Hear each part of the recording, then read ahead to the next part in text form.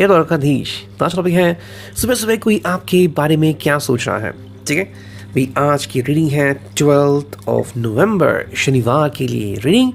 And हमारे सामने है तीन objects tarot, we got the messages and we got the ship messages. ठीक है, तो दो मिरेकल और टैरो के साथ हम करने वाले reading. Stay tuned to it. ठीक है, तो सबसे पहले करते हैं manifestation and here we got the tarot कि भाई प्रॉपर अंडरस्टैंडिंग मिले, सही गाइडेंस मिले एंड मोस्ट इम्पॉर्टेंटली कि सही रास्ता हम चुन सकें। कई बार हमें लगता है कि ये रास्ता सही होगा लेकिन आगे चल के लगता है कि नहीं, ये रास्ता गलत है। तो ऐसे में रास्ता बदलने की हिम्मत भी हमें मिल जाए। So let's connect to it. देखते हैं टैरो से हमें क्या रीडिंग मिलती है। Here we go and shuffle the cards. Wow, चलो पहला कार्ड तो आ गया यहाँ पे। ये है स्ट्रेंथ, एज यू कैन सी।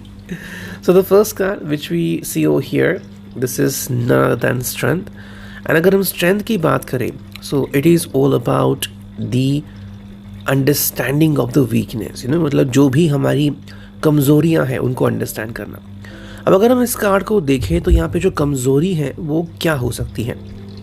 कई बार कमज़ोरी होती है कि किसी को ना समझना या फिर किसी को कम आंकना, ओके, या फिर कि हम प्रॉब्लम में हैं यही नहीं मानना।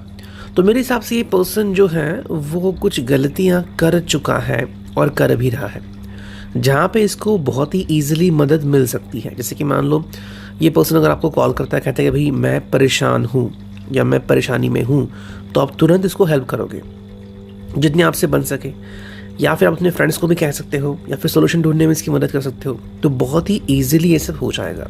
लेकिन अगर इन्होंने ये नहीं माना कि ऐसा कुछ है तो ये आपको बताएंगे नहीं और आपको मालूम नहीं पड़ेगा। और अगर आपने इनको बिना बताए इनकी हेल्प करने की कोशिश की तो शायद आपसे भी रूठ सकते हैं।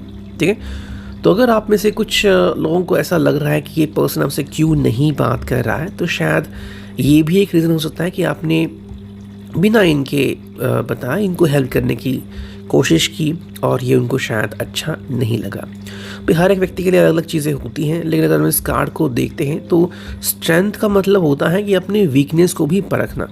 हर व्यक्ति की कोई ना कोई वीकनेस होती है और उसमें कोई प्रॉब्लम नहीं है। ठीक है, वीकनेस दिखाना कोई नेगेटिविटी नहीं है, बल्कि उसे एक्सेप्ट करना, मतलब बड़ा दिल दिखाना, ये चीज़ होती है। जैसे कि चाहे आप कितने भी बड़े स्विमर हो, लेकिन अगर आप बोट में बैठते हो तो आपको फिर सेफ्टी जैकेट पहनना ही पड़ता है, राइट। उसमें कोई बुरी बात नहीं है। So that is the main reason वो ही है। सेकेंड कार्ड देखते हैं हमें टैरो से क्या मिलता है। Here we go. The second card shows us about the tower. Tower यहाँ पे आ चुका है, you could see that. Now the tower का जो मतलब एंड मीनिंग यहाँ पे निकल के आ रहा है वो क्या है।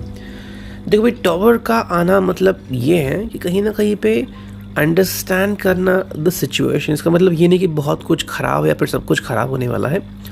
टावर का मतलब ये है कि भाई सच्चाई से क्यों भाग रहे हो।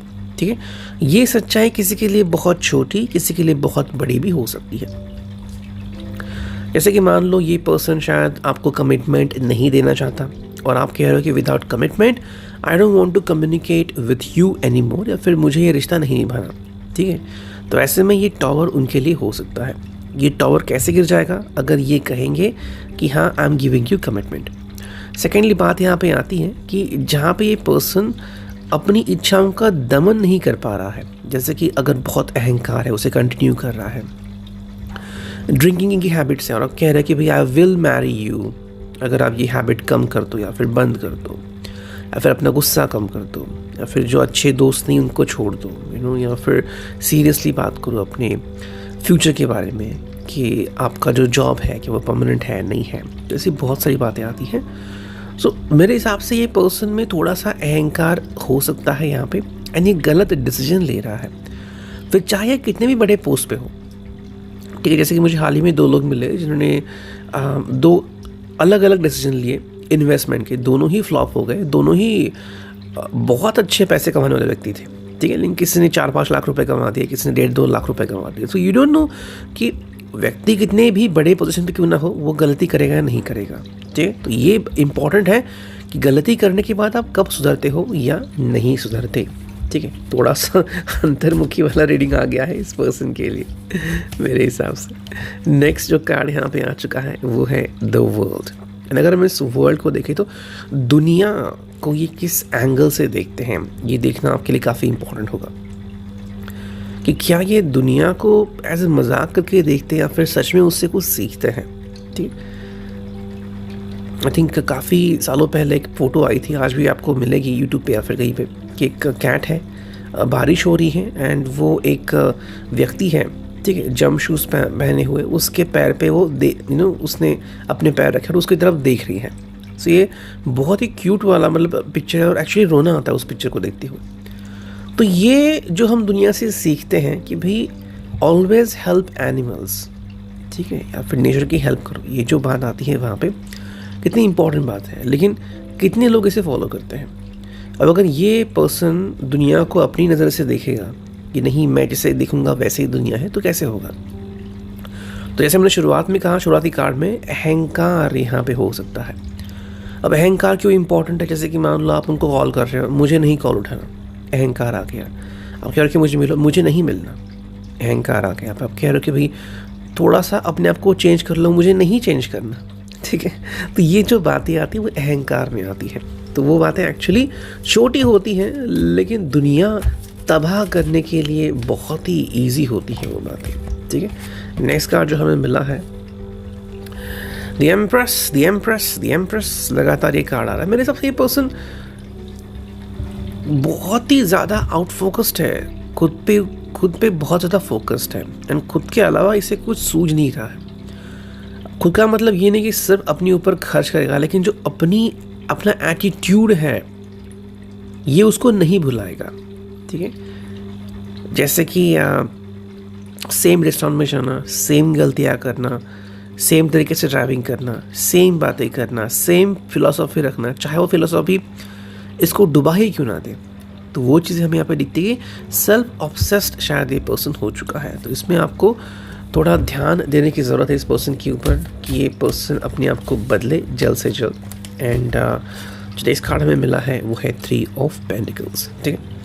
ये दिखाने में तो दिखा सकते हैं कि I am always working, taurus, Virgo, Capricorn, लेकिन क्या ये एक्चुअली बदल रहे हैं या बदल चुके हैं, ठीक है। पॉसिबिलिटी लग रही है यहाँ पे कि बदलने की बहुत करीब है, लेकिन अगर आज के दिल की अंडरस्टैंडिंग देखें या फिर आज की सुबह की जो अंडरस्टैंडिंग देखें, तो ये ऐसे है कि ये पर्सन जो है वो सिर्फ अपने आप को ही फॉलो कर रहा है और यहाँ पे बदलने के आसार काफ़ी मुश्किल लग रहे हैं। एक फाइनल कार्ड देखते हैं यहाँ पे, दैट इज़ दिस वन, जो कि है भाई yes the queen of wands, Aries, Leo, Sag, ठीक है। आई थिंक ये पर्सन सेल्फ ऑब्सेस था और रहेगा। तो आप जो इनसे एक्सपेक्ट कर रहे हो कि खुद से कॉल कर भी सकते हैं, लेकिन अपना एटीट्यूड बिल्कुल भी नहीं छोड़ेंगे। तो अगर आपको कोई ऐसा व्यक्ति पसंद है जो एटीट्यूड रखे हुए हैं, तो yes that is a wonderful thing for you. अगर आपको नहीं पसंद तो ये व्यक्ति ऐसा ही रहेगा।